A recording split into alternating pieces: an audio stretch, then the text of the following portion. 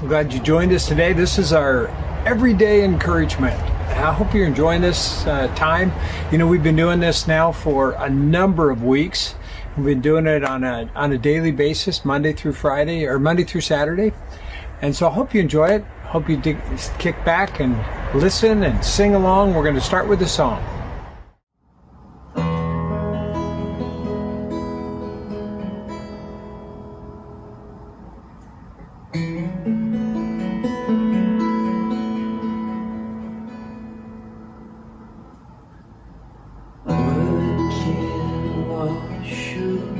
Away my sin, nothing but the blood of Jesus.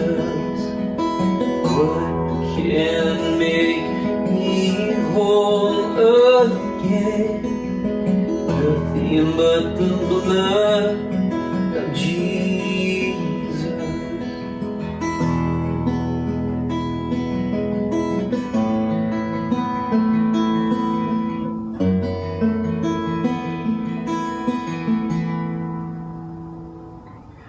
What can wash away my sin? Nothing but the blood of Jesus. What can make me whole again? Nothing but the blood of Jesus. What can wash away my sins? Nothing but the blood of Jesus. What can make me whole again? Nothing but the blood of Jesus. Oh, precious is the flow that makes me white as snow. No fount I know, nothing but the blood of Jesus.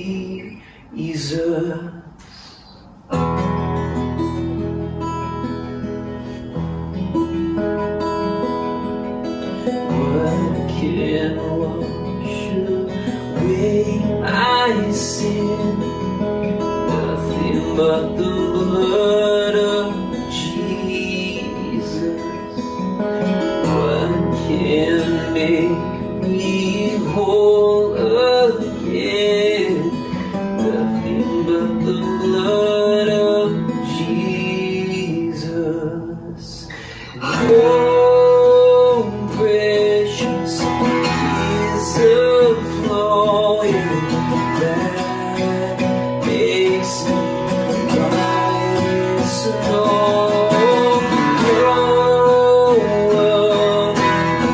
Fount I know, nothing but the blood of Jesus. Oh, precious is the flowing that makes me white as snow. No other fount I know, nothing but the blood of Jesus. It's nothing but the blood.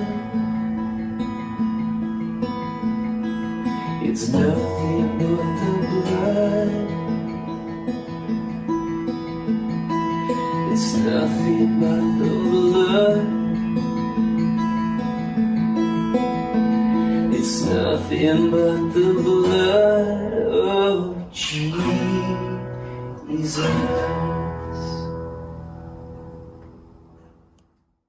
Hope you enjoyed that song. As you know, many of you know this, we take our daily encouragement from the One Year Bible. This is no different. We're taking the daily encouragement today from the One Year Bible. And I thought this was just a really appropriate scripture. Romans chapter 14 starts this way. Accept other believers who are weak in faith and don't argue with them about what they think is right or wrong. Let me just talk about the whole chapter. Chapter 14 of Romans in today's lesson is about these Christians that were arguing about what food to eat, what not to eat. They were sacrificing food to idols, and some thought that if you ate a food that was sacrificed to idols, somehow you were giving the credence to those idols, and others felt like it was no big deal. I mean, God makes anything anyway. And these two Christians were looking at each other, and they were judging each other, putting each other down. And Paul gives some really good advice here. Let's just take our eyes of judgment off of each other, and let's let this settle for a little bit. I think it's perfect advice for where we are right now.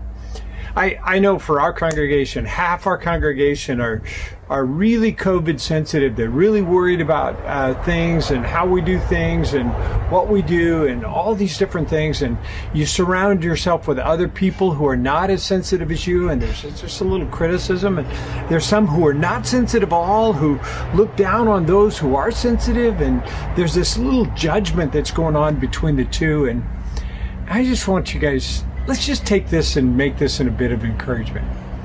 It's okay for you to have your own thoughts on this, your own beliefs on this, your own system on this. Apparently, it's not just us that feel this way. It's across the country. And so if we just step back, I love what Paul said. Accept other believers who are weak in faith. I mean, later on, he even talks about at the very end, he says, don't tear apart the work of God over what you eat. Let me just talk just for a minute. In another couple of weeks, we're going to get together as a church family, and we're going to set the rules for how we do church. And there are going to be a group of people that think we're too strict. And there's going to be another group of people that think we're not strict enough. I just know it. I can hear it ahead of time. We know it's ahead of time. Because why do I say that? Because I know this group is living their life much stricter than what we're going to say. And this group's going to say, no, we don't need any regulations at all. Well, we're going to do something that we believe. We're going to make a decision that we believe is the safest possible. And so I just implore you, help be a part of our church. When we get back and we're meeting in person, the cool thing that we have is the ability for us to say, this is what we're going to do in-house. If you're uncomfortable with it, we provide this other really cool option, which is going to be our drive-in service. And we're even going to have a drive-in service right there at our facility so that somebody that isn't quite ready to be inside can stay outside, stay safe, see each other, and be connected, and we're going to be connected. You know, what Paul is really saying is there ought to be a unity in the family. Now, here's what I like. In this particular passage, what he shared, as you go, it's Romans 14, then there was a Psalms, but the Proverbs fits in today too. It says, ears to hear and eyes to see are both gifts from the Lord. I laughed at that because I got, okay, he's talking about my ears, he's talking about my eyes, but he doesn't say anything about my mouth. And I think we all think that our mouth is a gift from the Lord, but maybe through this time, we need to learn to listen to each other. We need to look at each other and realize that God put them in our life for a reason and create some unity. So I hope that encourages a little bit. I hope as you think about this, that we take each other out of our eyes of judgment, that we do our best to have unity. So I make a list of things. Here's the list that I came up with today. Here's some things that I can't control. Again, I wish I could control COVID. No way. Every day I think it's going to get better, this or that, and it just seems like I have no control, not only of COVID, but of how people think about COVID, or even how they respond to it, and what one person says today, and then the regulations change tomorrow, and what CDC says is different than what the health department says, what the state of Washington says is different than other places, and it's craziness. I can't control that. I have to give that to God. And then I can't control people being judgmental, kind of like what we talked about today. There's just different times that I've run into people that are incredibly judgmental, and you find them and you think, oh, I don't want to be that person. Lord, help me not to be that person, but I can't control that. And I can't control time. I don't know whether you noticed, but summer's slipping away. I love these summer days, and they just keep clicking away, and time just keeps moving on. I have no control over that, so I have to give my days every day, make them count. I have to give them to God. Another thing I can't control is news. News seems to be obsessed with the wrong stuff. And I have to give that stuff. Whenever I see that stuff, I have to give it to God. And I can't control Google, Facebook, or Twitter. I have no control over those things. I'm not the one in charge. I have to give those things to God. But here's the things I can't control. I can control who I do life with. Here's an interesting thing I'm sharing with the staff today. One draft horse can pull 800 pounds. When you put two draft horses together, they can pull 2,400 pounds. Two together do 3 times the work. And I think God has put us together, sometimes in partnerships of marriages, sometimes in families with our kids, sometimes in just friendships, sometimes as a church we do life together. And I just think we get to choose who we do life with. And we got to make sure that we're pulling in the same direction, because when we do, it's 3 times as effective. I also can control how I do life. I can choose to live my life with Christ values. Even if it's unpopular, even if it's not the same as what the world thinks, I can choose that. And I can control my schedule. I've been learning to build a bit of a pause in my day. And there's a really cool app out there right now. They call it 1 Minute Moment. And you can just put this on and maybe set the time for it. And twice a day, it will just tell you, take a minute. Reset your mind, reset your thinking. Building some pauses in the day really makes a difference.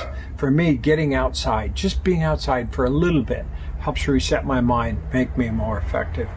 Here's something else I can control. It's how many times I look at and enjoy God's creation. It's funny, it doesn't matter where I am. I look around at the trees and the flowers and sometimes the blue sky and all of God's creation. And when I just take in the beauty of God's creation, it does something for my soul. And I can control my fear and my faith. And the way I do that is by focusing on today, knowing I have what I need today. God's going to help me today. I'm not going to worry about tomorrow. I'm going to trust God for everything I need just today. And that's what I can control. But here's some things that I can thank God for. Here's what I want you to listen to. You know what I'm thankful for? We have a group of men and women that have chosen to be police officers in this climate, and they keep showing up for work. Now, I hear all the time that a number of them are ready to retire, they're just ready to give up, ready to quit, and I understand that, but there's a whole nother group of them that have just chosen to power on and to do the job and to do it well, to do it with integrity, and I just, you know what, I'm thankful for them, and I'm thanking God for them, and I'm praying for them more than ever before. And I'm thankful for good people. I also want to tell you, I'm thankful for people that are willing to enter into the political world who are good people. And not, so many people enter for the wrong reasons, but there are some people that really enter for the right reason. And I pray every day for our politicians who lead us. And so I'm thankful for those people. I'm thankful for good partners.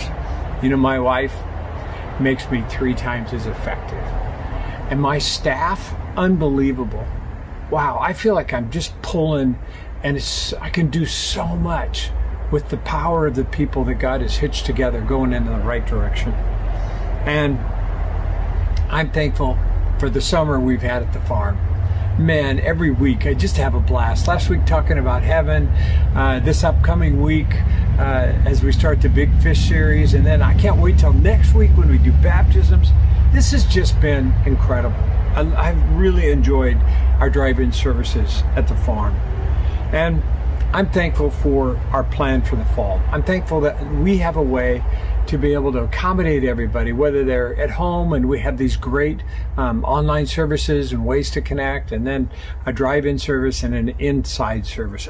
It's really grateful. I'm glad for the plan for the fall. I'm also grateful for my health. Every day I'm thanking God for the health that He's given me. I'm thankful for answered prayer and for people that really know how to pray.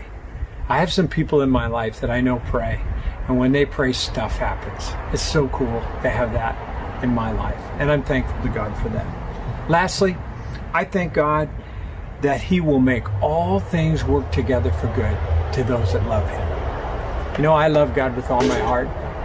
I hope you love God. If you don't love God, start loving Him today.